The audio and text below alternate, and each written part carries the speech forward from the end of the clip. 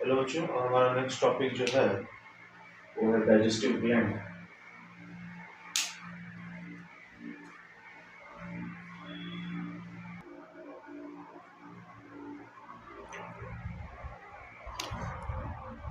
अब हमारा जो नेक्स्ट टॉपिक है वो है डाइजेस्टिव ग्लैंड।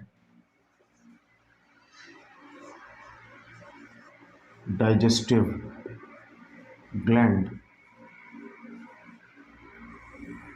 इसका मतलब ये हुआ कि कौन कौन से ग्लैंड जो है वो प्रोसेस ऑफ डाइजेशन के साथ इन्वॉल्व है या वो कंप्लीमेंट करते हैं प्रोसेस ऑफ डाइजेशन को।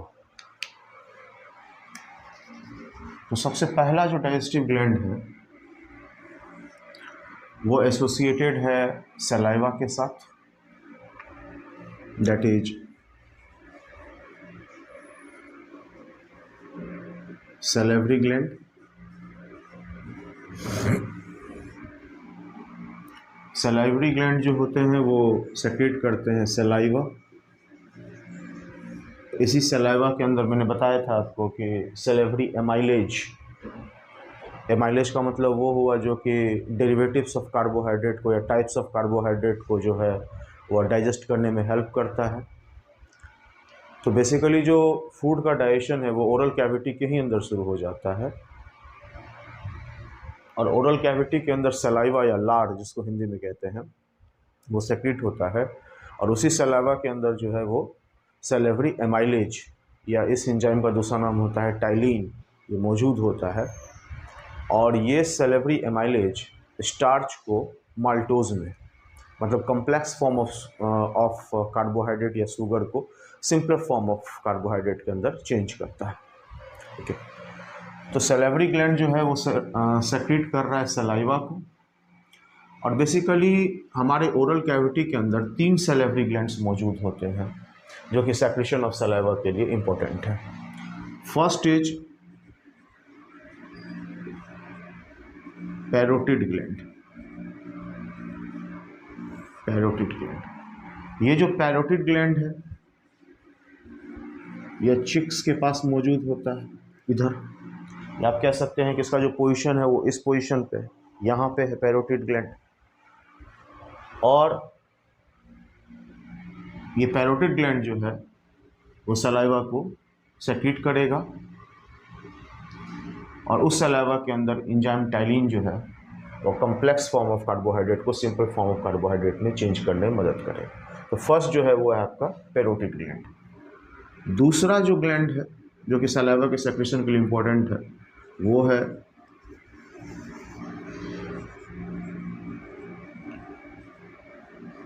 सबमैंडिबुलर, या इसका दूसरा नाम है सब मैक्सिलरी ग्लैंड।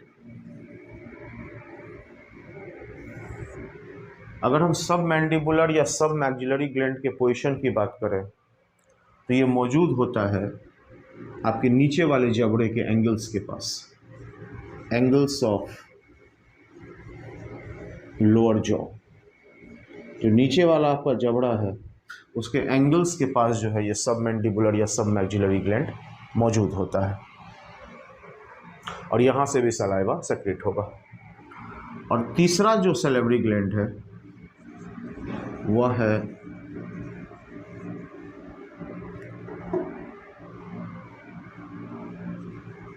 Sublingual gland. ये मौजूद होता है बिलो द टंग,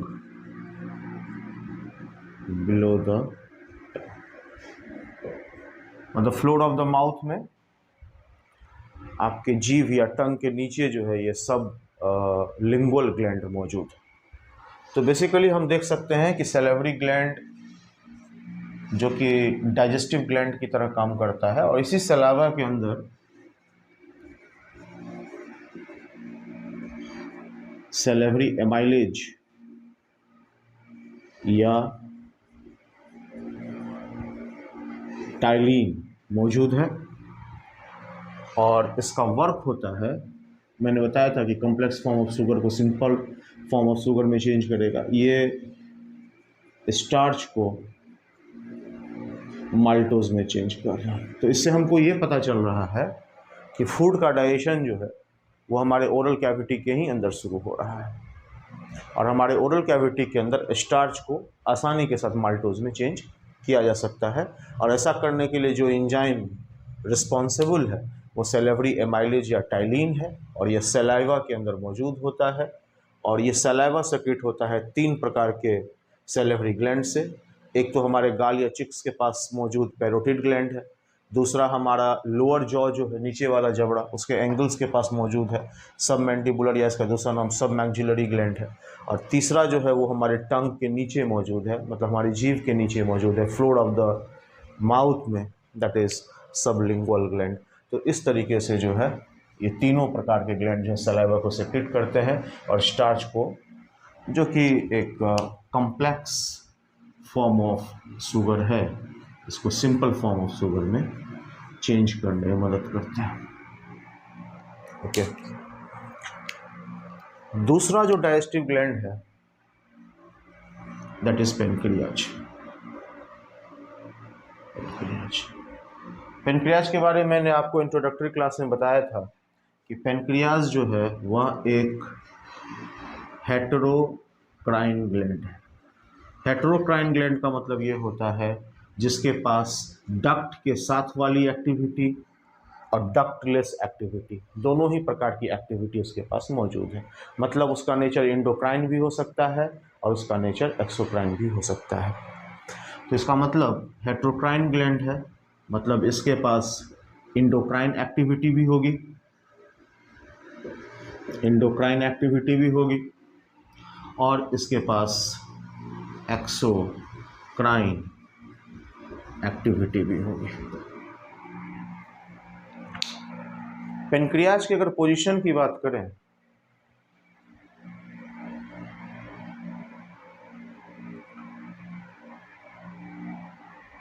पेनक्रियाज की अगर पोजीशन की बात करें तो पेनक्रियाज जो है वह लिम्ब्स ऑफ यू सेप्ट डिओडेनम में मौजूद होता है। मैंने आपको बताया था कि duodenum is the anterior most part of small intestine. Small intestine का जो है ये एंटीरियर वाला हिस्सा होता है और इसका शेप यू शेप्ड होता है। तो यही जो यू शेप्ड इसका स्ट्रक्चर है डिओडेनम का, इसी के लिम्ब्स के बीच में जो है ये आपका पेनक्रियाज जो है वो मौजूद होगा, और यहाँ से यह पेनक्रियाटिक जूस को जो है वो रिलीज करेगा, या पेनक्रियाटिक जूस को जो है ये pancreas present in the limbs of you shaped duodenum, वहाँ से जो है यह पेनक्रियाटिक जूस को रिलीज करेगा। तो अगर पेनक्रियाज एक्सोक्राइन एक्टिविटी कर रहा है, मतलब डक्ट के साथ अपनी एक्टिविटी को परफॉर्म कर रहा है, तो यह सेक्रीट कर देगा पेनक्रियाटिक जूस को, पेनक्रियाटिक जूस को। और इस पेनक्रियाटिक जूस के अंदर डाइवर्स टाइप के एंजाइम्स मौजूद होंगे। ट्रिप्सिन होगा, काइमोट्रिप्सिन होगा, कार्बोक्सीपेप्टिडेज होगा, एमाइलेज होगा, प्रोटीएज होगा, न्यूक्लियेज होगा, लाइपेज होगा। तो डाइवर्स टाइप के एंजाइम्स जो है यहाँ पर मौजूद है, जो कि फूड को डाइजेस्ट करने में मदद करते हैं inside the interior part of the small intestine, that is duodenum. और अगर यही पेनक्रियाज इंडोक्राइन एक्टिविटी करने का प्रयास करे, तब यह सेक्रीट करेगा इंसुलिन या ग्लूकाजोन। इंसुलिन भी सेक्रीट कर सकता है और ग्लूकाजोन भी सेक्रीट कर सकता है, depending on the metabolic state of the body, कि वहाँ पे ज़्यादा ग्लूकोज की आवश्यकता है ब्लड के अंदर, या सेल के अंदर ज़्यादा ग्लूकोज को मेटाबॉलाइज किया जा रहा है, या कम ग्लूकोज का मेटाबॉलिज्म चल रहा है सेल्स एंड ब्लड के अंदर।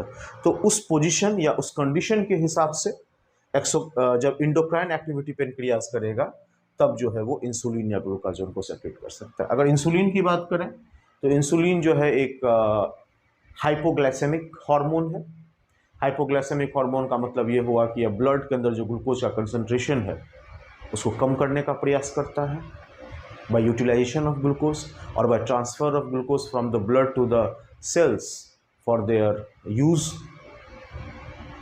जबकि ग्लूकाजोन जो है वह एक हाइपरग्लाइसेमिक हार्मोन है। हाइपर का मतलब ज़्यादा, मतलब यह ब्लड के अंदर ग्लूकोज के कंसंट्रेशन को इंक्रीज करता है and utilization of glucose inside cell को कम करता है।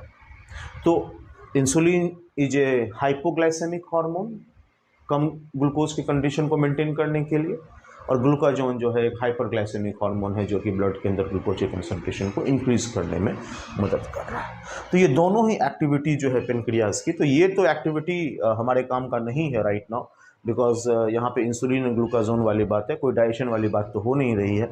ये ग्लूकोज के कंसंट्रेशन का फ्लक्चुएशन है अलग अलग स्टेट के अंदर, लेकिन एक्सोक्राइन एक्टिविटी के अंदर पेनक्रेटिक जूस सेक्रेट हो रहा है, जैसे मैंने आपको बताया ट्रिप्सिन, काइमोट्रिप्सिन एंड कार्बोक्सीपेप्टिडेज। ये तीनों जो है ट्रिप्सिन, काइमोट्रिप्सिन एंड कार्बोक्सीपेप्टिडेज या प्रोटीन के डाइजेशन के लिए है, एमाइलेज कार्बोहाइड्रेट के लिए, लाइपेज जो है वो लिपिड के लिए, न्यूक्लियस जो है वो न्यूक्लिक एसिड्स के लिए। तो ये यहाँ पर ए सेट ऑफ इंजाइम्स को पेनक्रेटिक जूस के द्वारा सेक्रेट किया जाता है इनसाइड डिओडेनम, ताकि वहाँ पर फूड को जो है बेहतर तरीके से डाइजेस्ट किया जा सके। ओके, ये तो दो हमारा डाइजेस्टिव ग्लैंड हो गया।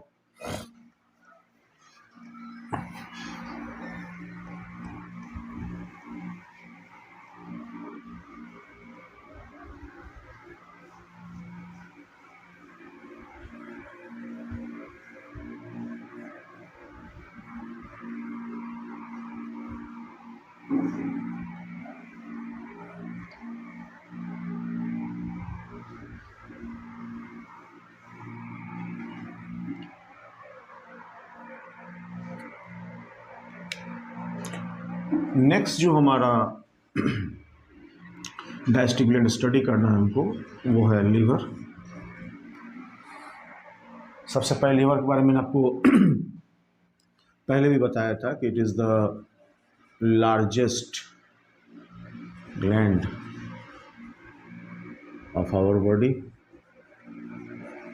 हमारे बॉडी का जो है वो एक लार्जेस्ट ग्लैंड है, और इसका जो ये लगभग वे करता है, मतलब इसका वेट जो होता है, वे अबाउट 1.2 to 1.5 kg। 1.2 से लेके 1.5 kg के आसपास इसका वेट होता है। लिवर जो होता है वो प्रेजेंट होता है, प्रेजेंट इन एब्डोमिनल कैविटी।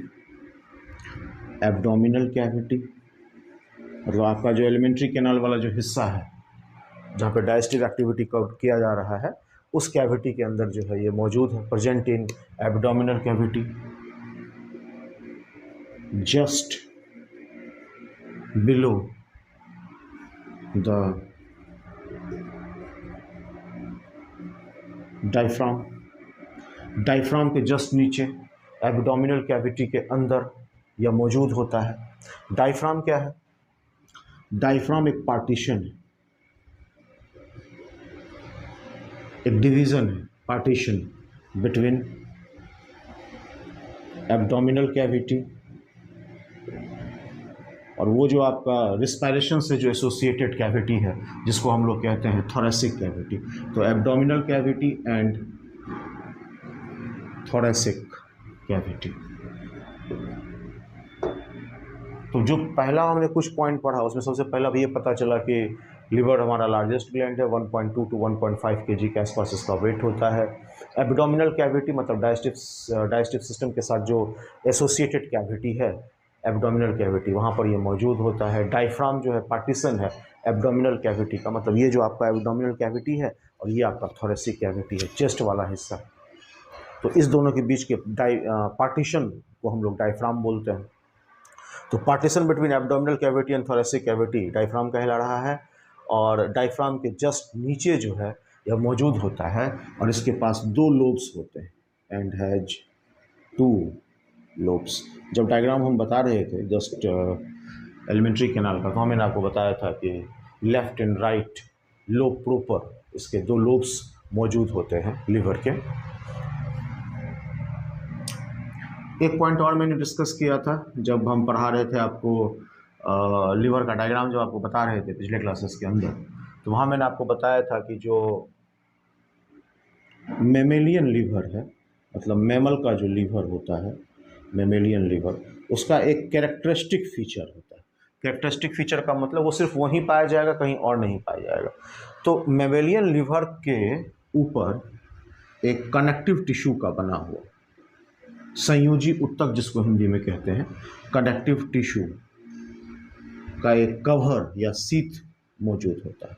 जितने भी मैमल्स के, डाइवर्स टाइप के मैमल के लीवर होंगे, उनके ऊपर एक सीथ या कवर जो कि कनेक्टिव टिश्यू का बना हुआ होता है वह मौजूद होता है, जिसको हम ग्लिसन्स कैप्सूल के नाम से जानते हैं। ग्लिसन्स कैप्सूल के नाम से जो है हम इसको जानते हैं।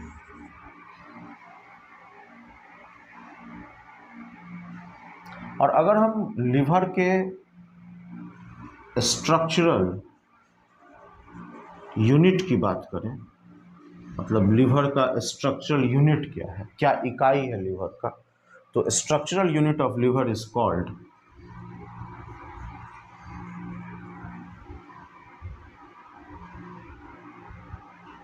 hepatic lobules. Hepatic lobules. This is the structural unit of. Hepatic का मतलब होता है लीवर, hepatic cells का मतलब लीवर सेल्स। तो स्ट्रक्चरल यूनिट जो है लीवर का वो होता है hepatic lobules, और जिसके अंदर hepatic lobes जो होते हैं, hepatic lobes वो अरेंज्ड होते हैं। hepatic lobes are arranged. Liver जो है वह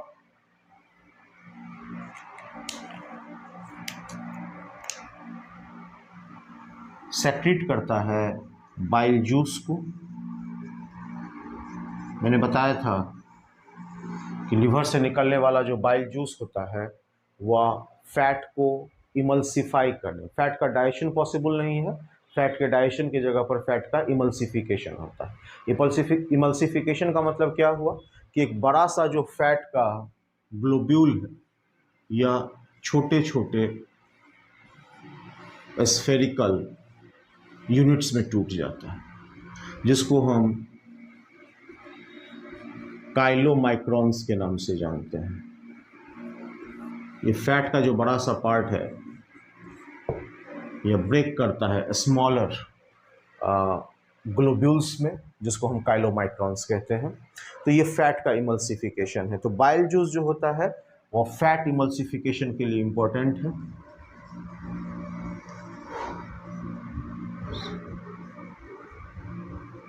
और ये जो बाइल जूस है इसका सेक्रेशन होता है हिपैटिक डक्ट से। हिपैटिक डक्ट से ये बाइल जूस बाहर निकलता है और इसी बाइल जूस को कंसंट्रेट किया जाता है।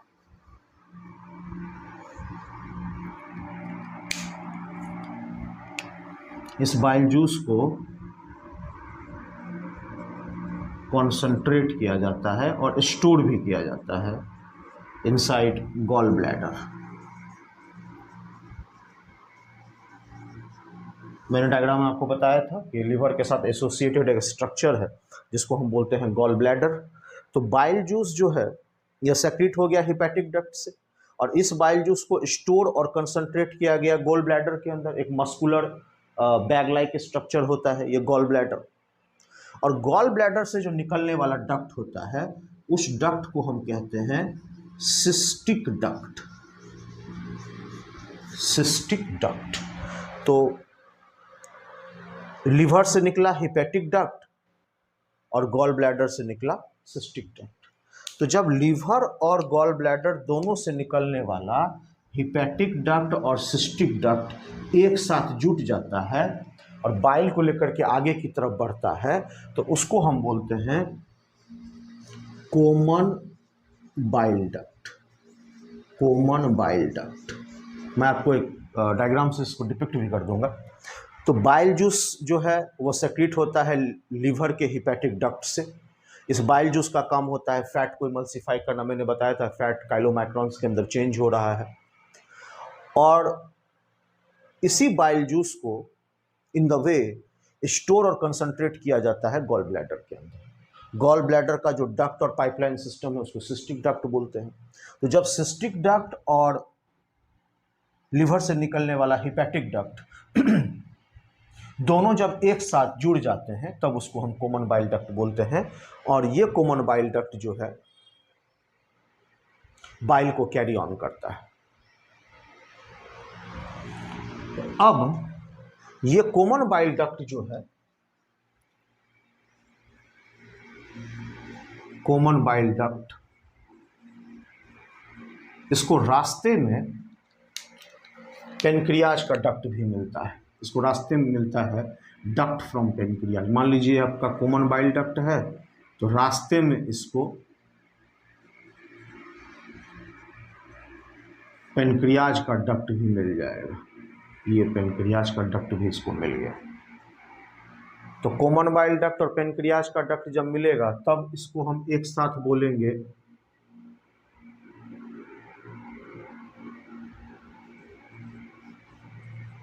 हिपैटो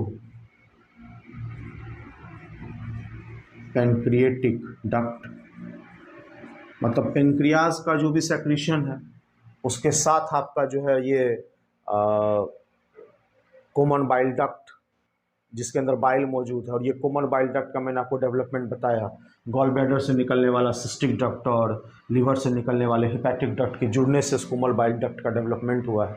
तो जब ये दोनों सिस्टिक और हिपैटिक के मिलने से कॉमन बाइल डक्ट बना और उसी डक्ट के अंदर पेनक्रियाज का भी डक्ट या सेक्रेशन आकर के जुड़ गया है, तब जो एक कंप्लीट डक्ट बनेगा उसको हम बोलेंगे हिपैटोपेनक्रिएटिक डक्ट। और ये हिपैटोपेनक्रिएटिक डक्ट जाकर के ओपन करेगा डिओडेनम में। मैंने बताया था आपको कि स्मॉल इंटेस्टाइन का दो फ्रेंड है, लिवर और पेनक्रियाज। अब वो अपने सेक्रेशन के साथ पहुंच रहा है डिओडेनम तक, और जब वो डिओडेनम के अंदर इंटर करेगा, ओपन करेगा, तो यहाँ पर एक गार्ड या वाल्व मौजूद होगा। एक वाल्व यहाँ पर मौजूद होगा। उस वाल्व को हम लोग बोलते हैं, जो कि गार्ड करेगा opening of hepatopancreatic duct inside duodenum. उस वाल्व को हम लोग बोलते हैं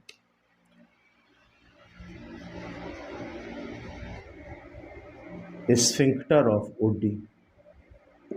तो स्फिंक्टर ऑफ ओडी जो है वह गार्ड है जो कि देखता है कि किस प्रकार से हिपैटोपेनक्रिएटिक डक्ट ओपन कर रहा है डिओडेनम के अंदर। तो ये जो हमारा है लिवर का हिपैटिक डक्ट और गॉल ब्लैडर का सिस्टिक डक्ट कंबाइन करके कॉमन बाइल डक्ट बना। बाइल जूस को लेकर के आगे बढ़ रहा था, रास्ते में पेनक्रियाज जो है, दूसरा दोस्त जो है स्मॉल इंटेस्टाइन का, वो भी अपना सेक्रेशन इसके अंदर डाल रहा है। तो अब ये बन रहा है हिपैटोपेनक्रिएटिक डक्ट, और ये हिपैटोपेनक्रिएटिक डक्ट ओपन कर रहा है जाकर के डिओडेनम के अंदर। और जब वो ओपन कर रहा है तो वहाँ पर एक वाल्व मौजूद है, जिस वाल्व को हम लोग बोलते हैं स्फिंक्टर ऑफ ओडी। अगर एक सिंपल एक डायग्राम से इसको थोड़ा समझने का अगर हम लोग प्रयास करें कि किस तरीके से ये वर्क कर रहा है, तो अगर हम इसको, एक मैंने बताया था कि यू शेप्ड लोब होता है डिओडेनम का, अगर हम इसको U shaped lobe of duodenum के रूप में अगर इसको हम देखें,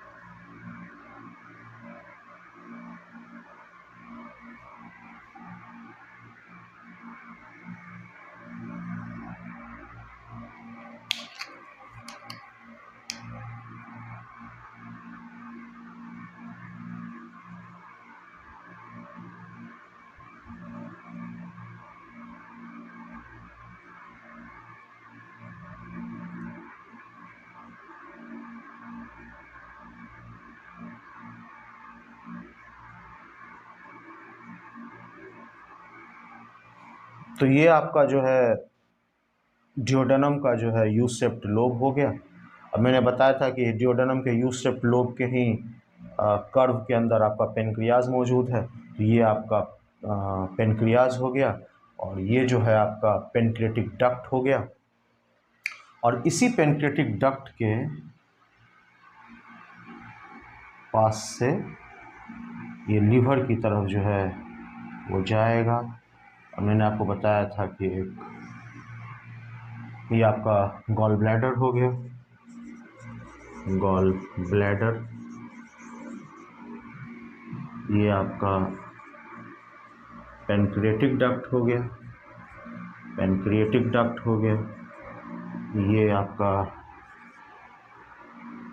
यू शेप्ड डिओडेनम है,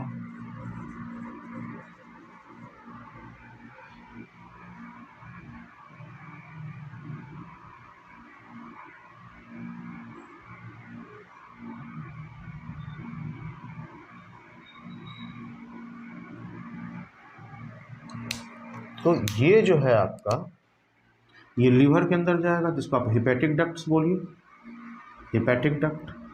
ये लीवर के लोब्स की तरफ जा रहा है, right and left lobe proper की तरफ जा रहा है। और ये जो गॉल ब्लैडर का डक्ट है, आप इसको बोल दीजिए सिस्टिक डक्ट। मैंने बताया था आपको जस्ट वहाँ नीचे, सिस्टिक डक्ट।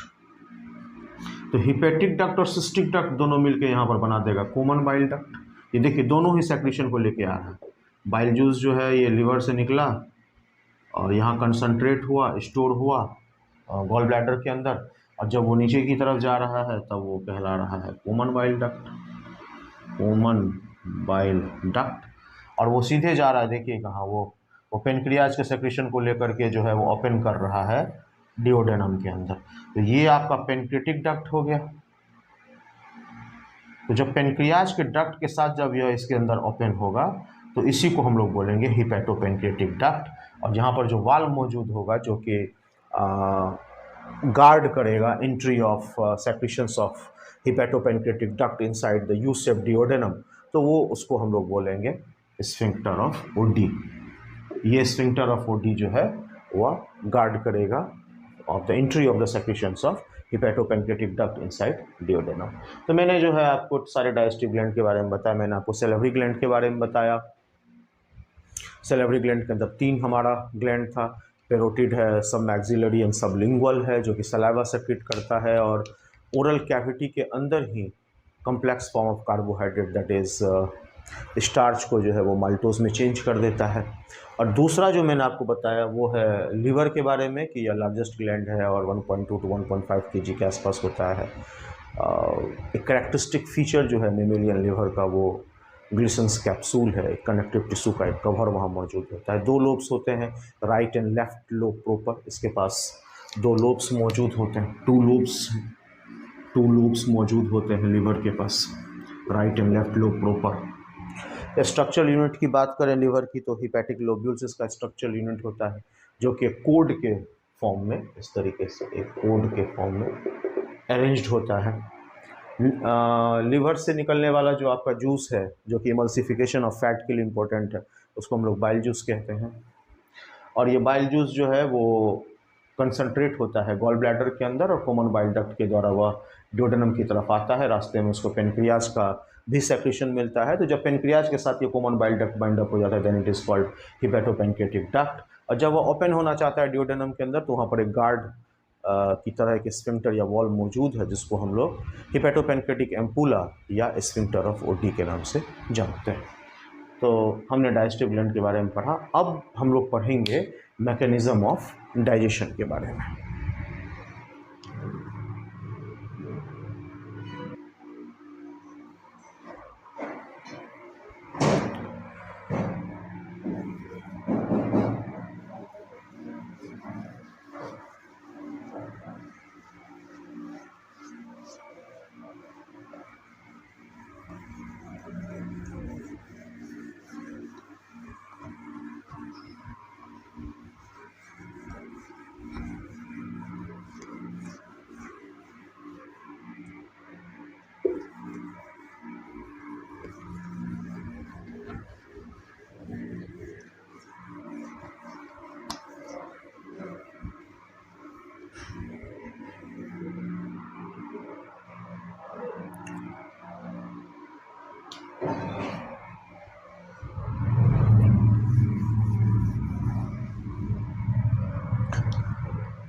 ओके बच्चों, अब जो हमारा नेक्स्ट टॉपिक है डाइजेशन में वो है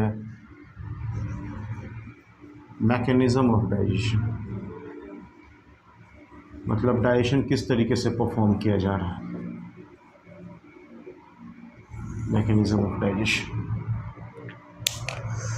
अभी हमने देखा कि ह्यूमन बींग्स का जो ओरल कैविटी है, ओरल कैविटी या जिसको हम बक्कल कैविटी भी कह रहे हैं, बक्कल कैविटी, या टू इम्पॉर्टेंट फंक्शंस को परफॉर्म कर रहा है।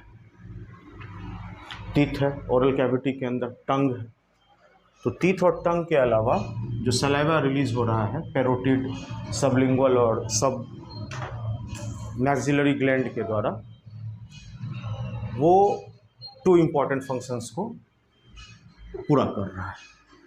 पहला हो जाएगा मैस्टिकेशन, मैस्टिकेशन एंड दूसरा हो जाएगा, एक तो फूड को उसने जो है टीथ के प्री मोलर और मोलर के द्वारा मैस्टिकेट कर दिया, इंसीजर के द्वारा कट कर दिया, कैनाइन के द्वारा उसको टीयर कर दिया, और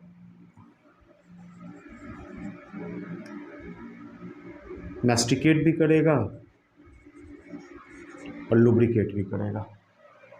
मैस्टिकेशन एंड लुब्रिकेट, या लुब्रिकेशन भी इसको कह सकते हैं, लुब्रिकेशन, ये दोनों हो जाएगा फूड मॉलिक्यूल का। और जब मैस्टिकेशन और लुब्रिकेशन फूड मॉलिक्यूल का हो जाएगा तो फूड मॉलिक्यूल्स जो होंगे वो आपस में एडहियर हो जाएंगे। एडहियर होने का मतलब होता है जो अलग अलग उसका ब्रोकन पीसेस होगा वो आपस में जुट जाएगा, एक जगह हो जाएगा, जुड़ जाएगा। तो जब मैस्टिकेशन और लुब्रिकेशन जब फूड का हुआ ओरल कैविटी के द्वारा, और जब वो एडहियर हो गया आपस में, तब उस स्ट्रक्चर को हम लोग बोलस कहते हैं। बोलस एक बॉल लाइक शेप में आ जाता है एडहियर्ड फूड पार्टिकल्स, इसलिए हम इसको बोलते हैं बोलस। बोलस। अब ये जो आपका बोलस है, इसको आगे बढ़ाया जाएगा, कन्वे किया जाएगा टुवर्ड्स फेरिंग्स, और इसके बाद ये पहुंचेगा फूड पाइप के अंदर, मतलब ओइसोफेगस के अंदर। फूड पाइप के अंदर मैंने आपको बताया था पिछले क्लासेस में कि पेरिस्टाल्सिस होगा, पेरिस्टाल्सिस होगा, rhythmic contraction and relaxation of oesophagus to move the food molecules towards stomach. तो पेरिस्टाल्सिस का प्रोसेस यहाँ पर किया जाएगा। और गैस्ट्रो ओइसोफेगियल स्फिंक्टर के द्वारा ये आपका फूड जो है पहुंच जाएगा स्टोमक के पास। अब फूड जो है हमारा स्टोमक के पास पहुंच गया है। अब एक बात यहाँ पर और देखना है कि सलाइवा का जो म्यूकस होता है, सलाइवा बक्कल कैविटी में सेक्रेट होता है, मैंने बता दिया है आपको। इस सलाइवा से निकलने वाला जो म्यूकस है यह फूड मॉलिक्यूल को सॉफ्ट बनाता है और उसको आपस में जुड़ने में मदद करता है ताकि वो बोलस के फॉर्म में चेंज हो जाए। अब स्टोमक के पास वो पहुंच चुका है। स्टोमक के पास 3 इम्पोर्टेंट ग्लैंड्स मौजूद हैं। पहला है स्टोमक के का जो वाल है उसके पास 3 इम्पोर्टेंट ग्लैंड्स मौजूद हैं। एक है mucus neck cell, mucus neck cell से म्यूकस रिलीज होगा। दूसरा है चीफ या पेप्टिक सेल, इससे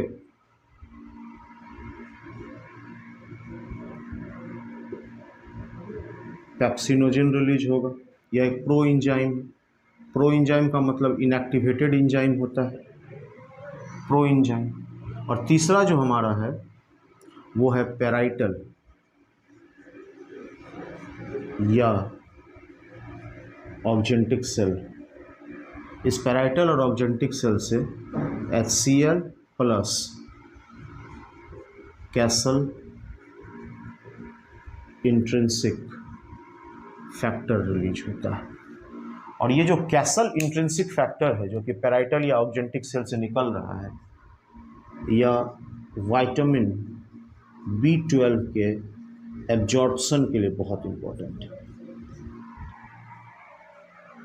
तो स्टोमक में जो है आपका 3 प्रकार का सेल मौजूद है। गैस्ट्रिक सेल्स, आप इसको गैस्ट्रिक सेल्स भी कह सकते हैं, mucus neck cell, chief cell and parietal cell. और ये सेक्रीट कर रहा है mucus, pepsinogen, HCl plus Castle intrinsic factor. अब यहाँ पर एक बात हम लोगों को और जानना है कि सलाइवा जो सेक्रीट हो रहा है इसके अंदर क्या क्या मौजूद है। माउथ में जो सलाइवा आ रहा है, एक तो म्यूकस है जो कि फूड पार्टिकल्स को सॉफ्ट और लुब्रिकेट कर रहा है ताकि वो बॉलस के फॉर्म में एडहियर हो जाए और आगे फेरिंग्स के द्वारा जो है वो ओइसोफेगस के अंदर कन्वे हो जाए, पहुंच जाए वहाँ तक। और साथ ही इस सलाइवा के पास कुछ इलेक्ट्रोलाइट्स भी मौजूद होते हैं। इलेक्ट्रोलाइट्स जैसे कि Na+ है, K+ है, Cl- है, बाइकार्बोनेट है, सोडियम, पोटासियम, Cl, बाइकार्बोनेट, सब कुछ यहाँ पर जो है वो मौजूद है इस सलाइवा के पास। तो saliva contains mucus and this type of certain type of electrolytes. इसी सलाइवा के पास सैलिवरी एमाइलेज भी मौजूद है, सैलिवरी एमाइलेज भी मौजूद है। और ये सैलिवरी एमाइलेज जो है यह परफॉर्म करता है हाइड्रोलाइटिक एक्शन। हाइड्रोलाइटिक एक्शन मतलब, हाइड्रोलाइटिक एक्शन का मतलब क्या हुआ कि वाटर के हेल्प से जब आप किसी लार्जर पार्टिकल को ब्रेक करते हैं स्मॉलर पार्टिकल, वाटर के एडिशन के कारण जब आप लार्ज ग्लोब्यूल्स को, लार्जर सेगमेंट्स को छोटे सेगमेंट में ब्रेक डाउन करते हैं, then it is called hydrolytic action. तो सैलिवरी एमाइलेज का एक हाइड्रोलाइटिक एक्शन होता है और उस हाइड्रोलाइटिक एक्शन के तहत यह स्टार्च को माल्टोज में चेंज कर देता है, यह स्टार्च को चेंज कर देगा माल्टोज में। और जब यह स्टार्च को चेंज कर रहा होता है माल्टोज में, उस समय जो उसका pH होता है वो लगभग 6.8 के आसपास होता है। तो एट द pH ऑफ 6.8 लगभग जो है वो न्यूट्रल कंडीशंस में पहुंच जाता है due to the presence of electrolytes. तो salivary amylase at the pH of 6.8 starch को माल्टोज में चेंज कर देता है और लगभग 30% ऑफ द स्टार्च का डाइजेशन जो है वो यहीं पर कंप्लीट हो जाता है। ओके, अब आपका फूड जो है मैंने बताया कि स्टोमक तक आ चुका है और स्टोमक में लगभग ये फूड जो है 4 to 5 आवर्स तक स्टोर रहता है। 4-5 घंटे तक जो है आपका फूड जो है यहाँ पर स्टोर रहेगा। और मैंने आपको बताया था कि एलिमेंट्री कैनाल के अंदर जो लेयर्स है उसमें सेरोसा है, मस्कुलरिस है। तो मस्कुलरिस वाला जो लेयर था जिसके अंदर सर्कुलर एंड लॉन्गिट्यूडनल मसल्स मौजूद है, तो वो जो मस्कुलरिस लेयर है यह हेल्प करता है थोरो मिक्सिंग में, thorough mixing of food and secretion of gastric glands.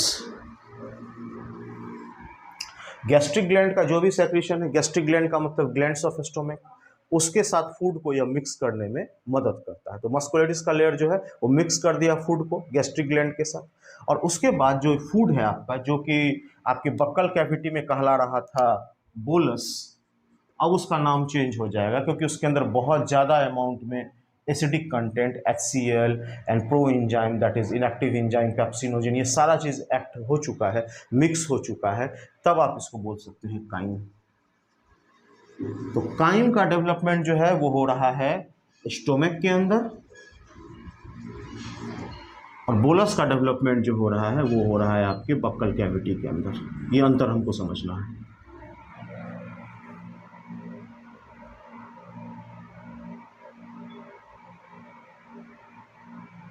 Okay, तो अब हमारा फूड जो है वो आ गया है स्टोमक के अंदर और काइम के रूप में वो चेंज हो रहा है। म्यूकस जो है मैंने पहले ही बताया आपको, जो कि म्यूकस नेक सेल से लिक्विड हो रहा है स्टोमक के, यह फूड को थोड़ा सॉफ्ट और लुब्रिकेट करने में मदद करेगा। अब ये जो आपका चीफ और पेप्टिक सेल से निकलने वाला जो प्रो एंजाइम पेप्सिनोजन है, पेप्सिनोजन,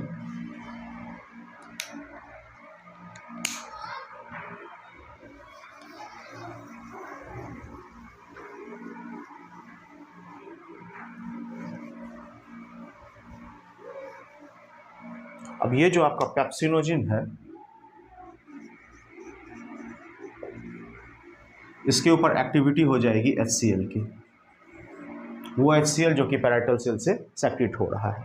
तो जब HCl की एक्टिविटी होगी पेप्सिनोजन के ऊपर, तो पेप्सिनोजन चेंज हो जाएगा पेप्सिन के form, active form of enzyme. पहले ये प्रो एंजाइम इनएक्टिव था, अब ये पेप्सिन जो है वो एक्टिव एंजाइम है।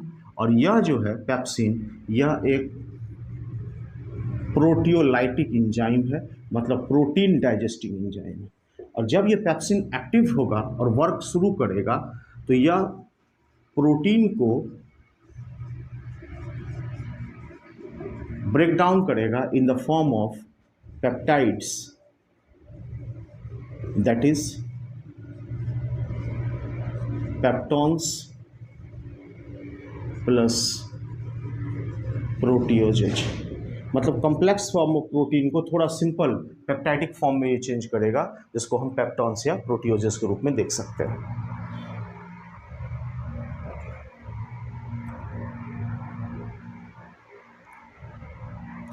कैसल इंट्रिंसिक फैक्टर का काम ये होगा कि यह विटामिन B12 को एब्जॉर्ब करने में मदद करेगा। HCl जो है वो फूड मॉलिक्यूल के अंदर मौजूद जो माइक्रो ऑर्गेनिजम्स हैं उनको किल करने का प्रयास करेगा। अब एक बात और यहाँ पर बता दें कि सलाइवा के अंदर लाइसोजाइम्स भी पाया जाता है, लाइसोजाइम। ये लाइसोजाइम जो है बैक्टीरियल सेल वॉल के डिग्रेडेशन के लिए, ब्रेक डाउन करने के लिए इंपॉर्टेंट है, और फूड को थोड़ा सा जो है वो और क्लियर करने में मदद करता है, साफ करने में मदद करता है। तो प्रोटीन का एक्शन हो गया, HCl के मदद से ही आप पेप्सिनोजन को पेप्सिन में चेंज कर रहे हैं। कैसल इंट्रिंसिक फैक्टर जो है विटामिन B12 के एब्जॉर्प्शन में मदद कर रहा है। ठीक, अब जो है आपका फूड जो है वो पहुंच जाएगा स्मॉल इंटेस्टाइन के अंदर, और जब वो स्मॉल इंटेस्टाइन के अंदर पहुंचेगा, अच्छा एक बात यहाँ पर और बताते हैं कि पेप्सिनोजन के साथ, जस्ट फॉर एक एडिशनल इंफॉर्मेशन मैं आपको बता रहा हूँ, एक और यहाँ पर एंजाइम भी सेक्रेट होगा जिसको हम कहते हैं प्रोरेनिन। अब ये जो प्रोरेनिन है, prorenin inactive form of renin, यह चेंज हो जाएगा रेनिन में।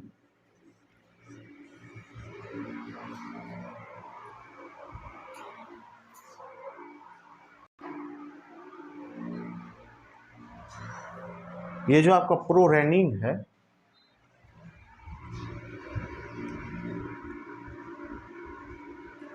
ये चेंज हो जाएगा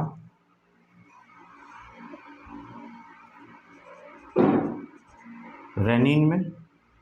और जब यह रेनिन में चेंज, अब ये रेनिन क्या है, यह एक प्रोटियोलाइटिक एंजाइम है, प्रोटियोलाइटिक एंजाइम है, प्रोटीन डाइजेस्टिव एंजाइम है।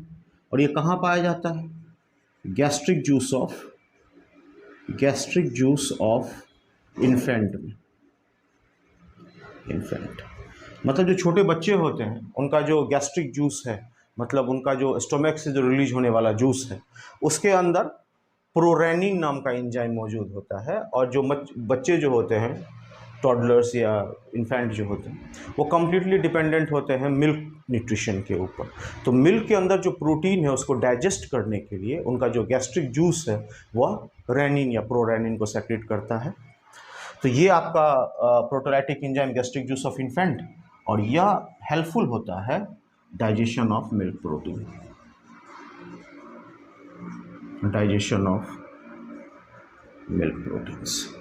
ओके,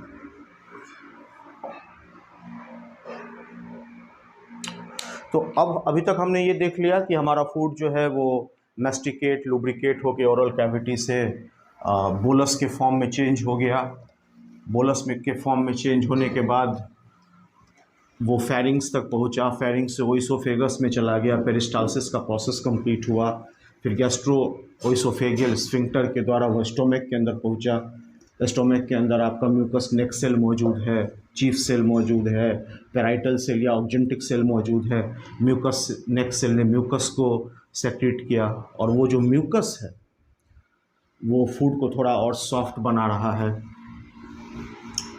और स्टोमक के अंदर फूड आपका 4-5 घंटे तक रुक रहा है और वही म्यूकस जो है वो बाइकार्बोनेट के साथ मिल करके स्टोमक के वाल को HCl के एक्सकोरिएटिव एक्टिविटी का मतलब वो वॉल को डैमेज कर सकता है। HCl का कंसंट्रेशन जो है वो वॉल को डैमेज कर सकता है, तो उस डैमेज को बचाने के लिए वो HCl के इफेक्ट से बचाने के लिए म्यूकस और बाइकार्बोनेट मिलकर वर्क करते हैं।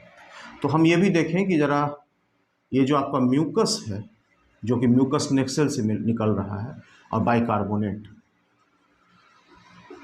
ये दोनों नलिफाई करते हैं, मतलब रोकने का प्रयास करते हैं, इफेक्ट को कम करते हैं, नलिफाई करते हैं, नलिफाई एक्टिविटी ऑफ HCl का जो एक्टिविटी है। अब यहाँ पर हम ये समझें कि HCl का कौन सा एक्टिविटी, HCl का एक्टिविटी मतलब एक्सकोरिएटिव एक्टिविटी। एक्सकोरिएटिव एक्टिविटी का मतलब जो आपका म्यूकोसा का जो वाल है, इनर लेयर, अगर बहुत ज़्यादा HCl का कंसंट्रेशन यहाँ पर होगा तो डायरेक्टली वो इनर वाल ऑफ स्टोमक पर अपना इफेक्ट डालना शुरू करेगा और इसको डैमेज कर सकता है। तो इस डैमेज से बचने के लिए स्टोमक के पास म्यूकस और बाइकार्बोनेट होते हैं जो कि एक्सट्रीम जो एसिडिक पीएच है, यहाँ पर जो स्टोमक के अंदर पीएच है वो 1.8 तक पहुँच जा रहा है। तो ये जो एक्सट्रीम एसिडिक पीएच है इसको कंट्रोल करने के लिए म्यूकस और बाइकार्बोनेट जो है वो वर्क करते हैं और बचाते हैं स्टोमक के गैस्ट्रिक वॉल्स को from the activity of HCl। Okay, अब हमारा फूड जो है वो स्मॉल इंटेस्टाइन तक पहुँचा है। मैंने आपको बताया था कि स्मॉल इंटेस्टाइन का 3 सेक्शन है, डिओडेनम, जेजुनम एंड इलियम, और वहाँ पे इसको सेक्रेशन मिलता है लिवर और पेनक्रियाटिक जूस का। तो अगर हम पेनक्रियाज के एक्सोक्राइन एक्टिविटी के बारे में देखें, एक्सोक्राइन एक्टिविटी का मतलब डक्ट की मदद से जो एक्टिविटी है, मतलब वो जो हिपैटोपेनक्रियाटिक डक्ट के बारे में मैंने आपको बताया था, तो वो डक्ट के द्वारा जो इंजाइम्स पहुँचेगा डिओडेनम तक, स्मॉल इंटेस्टाइन तक, उसमें सबसे पहला इंजाइम जो होगा, आप ऐसे भी कहें इसको कि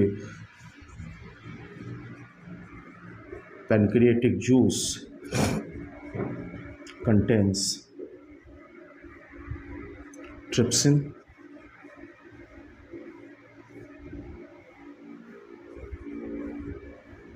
काइमोट्रिप्सिन,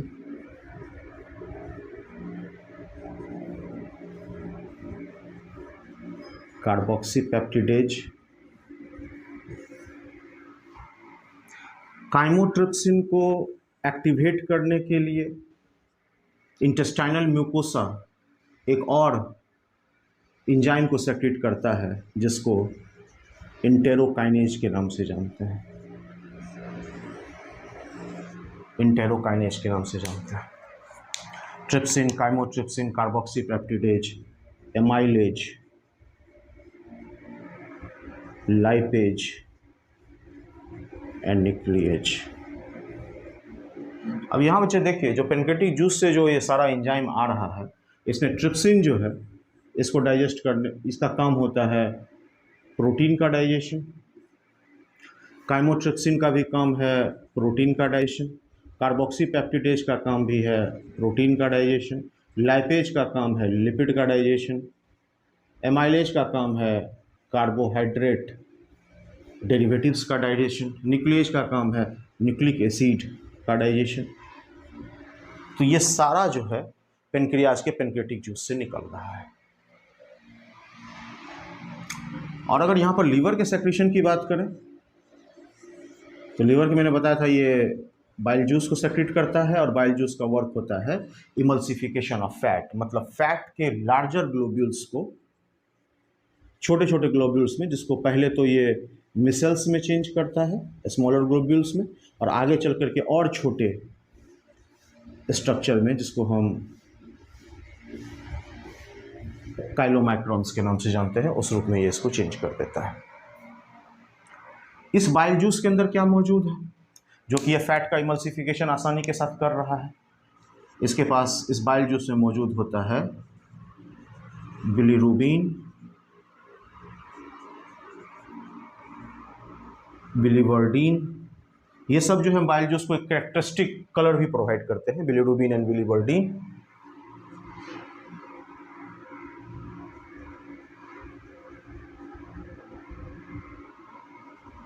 कोलेस्ट्रॉल, फॉस्फोलिपिड, ये सब कुछ मौजूद है।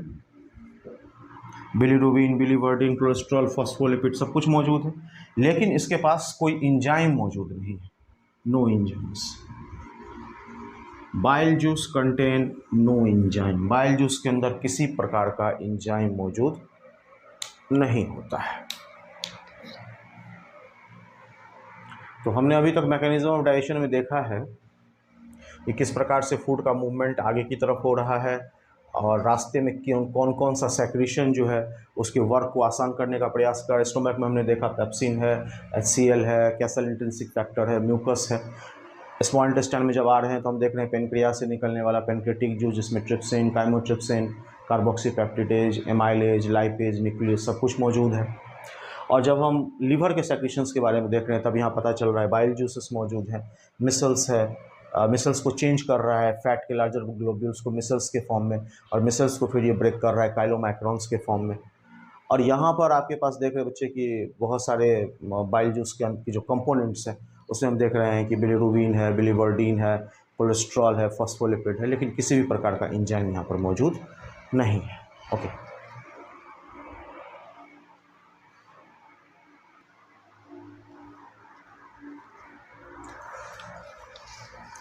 ओके, तो हमने पेनक्रियाज और लीवर तक तो देख लिया क्या सेक्रेट हो रहा है। अब नेक्स्ट जो है हमारा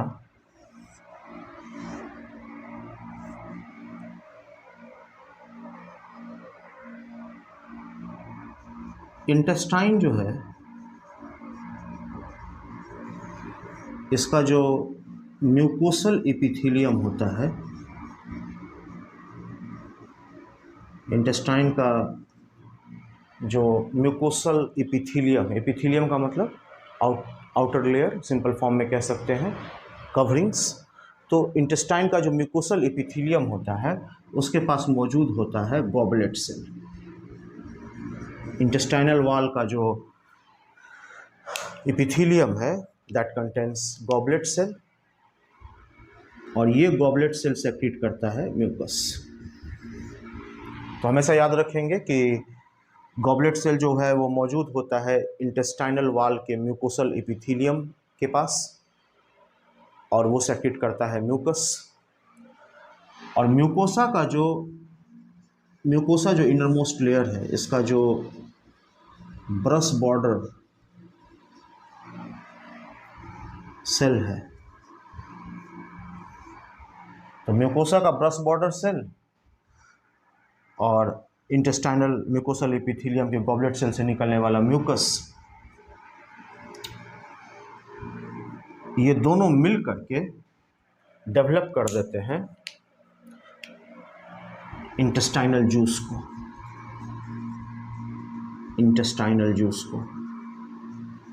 और ये जो इंटेस्टाइनल जूस है इसका दूसरा नाम होता है सक्कस इंटेरिकस।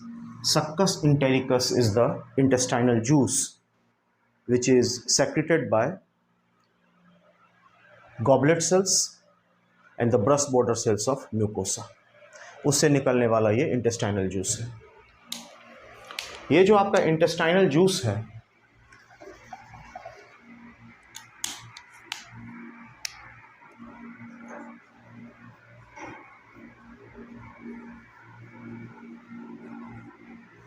ये जो आपका इंटेस्टाइनल जूस है ये क्या कंटेन करता है, क्या क्या मौजूद होता है इस इंटेस्टाइनल जूस के अंदर? सबसे पहले कार्बोहाइड्रेट को स्प्लिट या तोड़ने वाला एंजाइम मौजूद है जिसको बोलते हैं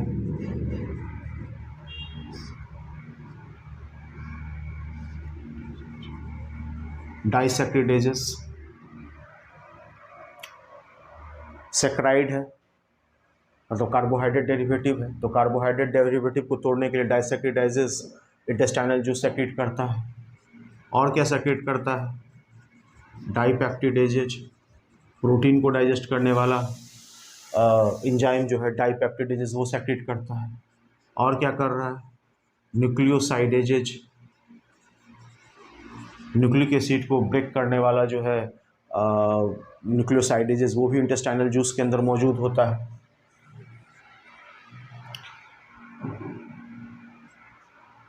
लाइपेज, ये भी इसके अंदर मौजूद है। तो disaccharidases, dipeptidases, nucleosidases and lipases, these are the secretions from intestinal juice and this intestinal juice या सक्कस इंटेरिका जिसका दूसरा नाम है, ये सेक्रेट होता है गॉबलेट सेल से and brush border cells of mucosa. इनका जो है कलेक्टिव सेक्रीशन है। अब हम देख रहे हैं कि पेनक्रियाज से निकलने वाला जो बाइकार्बोनेट है, पेनक्रियाज से जो निकलने वाला आपका बाइकार्बोनेट है, और ये जो गॉबलेट सेल से निकलने वाला म्यूकस है, ये दोनों आपस में अटैच्ड हो जाता है। तो बाइकार्बोनेट और म्यूकस दोनों मिल करके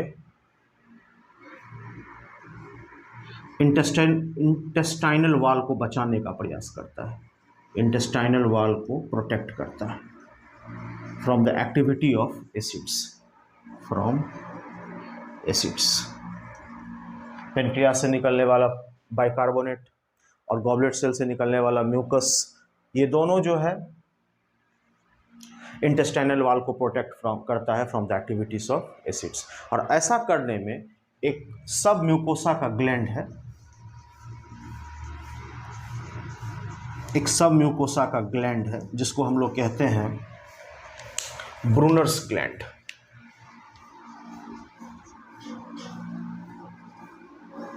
ब्रूनर्स ग्लैंड ये भी इस एक्टिविटी में मदद करता है, प्रोटेक्शन फ्रॉम एसिड्स। ये एसिड का जो प्रोटेक्शन है, एसिड से जो प्रोटेक्शन है, इसको परफॉर्म करने में पेनक्रियाज से निकलने वाला बाइकार्बोनेट, गॉबलेट सेल से निकलने वाला म्यूकस और एक सब म्यूकोसल ग्लैंड जिसका नाम ब्रूनर्स ग्लैंड है, वो भी मदद करता है to protect the intestinal wall from the excoriative activity या डैमेजिंग एक्टिविटी ऑफ एसिड्स। तो हमारे पास जो है एक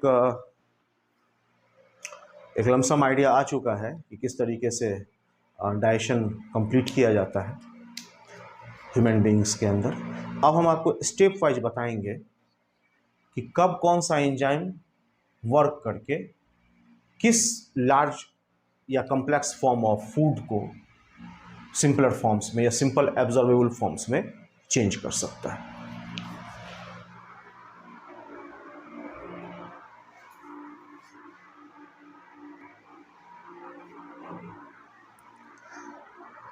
ओके बच्चों, अब जो है नेक्स्ट में हम लोग ज़रा एक इक्वेशन के फॉर्म में समझें कि कौन सी चीज़ें किस तरीके से टूट रही हैं, किसकी मदद से टूट रही हैं। तो पेनक्रियाज जो है जब अपना पेनक्रियाटिक जूस सेक्रेट करेगा, पेनक्रियाटिक जूस जब वो सेक्रेट करेगा इनसाइड स्मॉल इंटेस्टाइन, तो वो किस तरीके से macromolecules of the balance diet को ब्रेक डाउन करेगा सिंपलर फॉर्म्स। ये देखिए जरा, तो हमने ये देखा कि जब स्टोमक में हमारा फूड पहुंचा था तो वहाँ पे काइम का डेवलपमेंट हुआ था, CHYME काइम, और वो काइम जो है उसने प्रोटीन को पेप्सिन की मदद से थोड़ा सा जो है वो ब्रेक भी कर दिया था और dipeptides that is proteoses and peptones का वहाँ निर्माण हो चुका था स्टोमक के अंदर। तो उसके ऊपर फर्दर एक्टिविटी जो होगी वो पेनक्रियाज से निकलने वाले पेनक्रियाटिक जूस की होगी। और यहाँ पर अगर हम देखें तो जो प्रोटीन है, प्रोटीन का जो फॉर्म है, जैसे कि आप कह सकते हैं कि प्रोटियोजेज या पेप्टॉन्स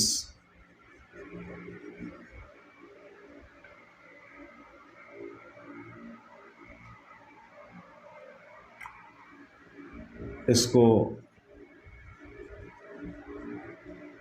ट्रिप्सिन,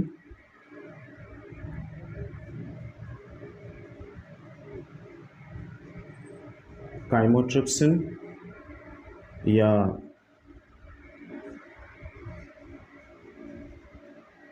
प्रोकार्बोक्सी पैप्टिडेज के द्वारा हम simpler form of proteins that is dipeptides में चेंज कर रहे हैं।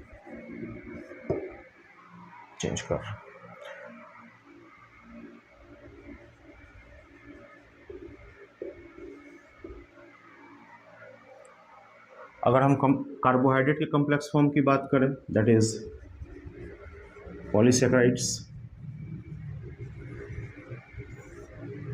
इसके ऊपर एमाइलेज वर्क करेगा, कार्बोहाइड्रेट डाइजेस्टिंग एंजाइम, और ये इसको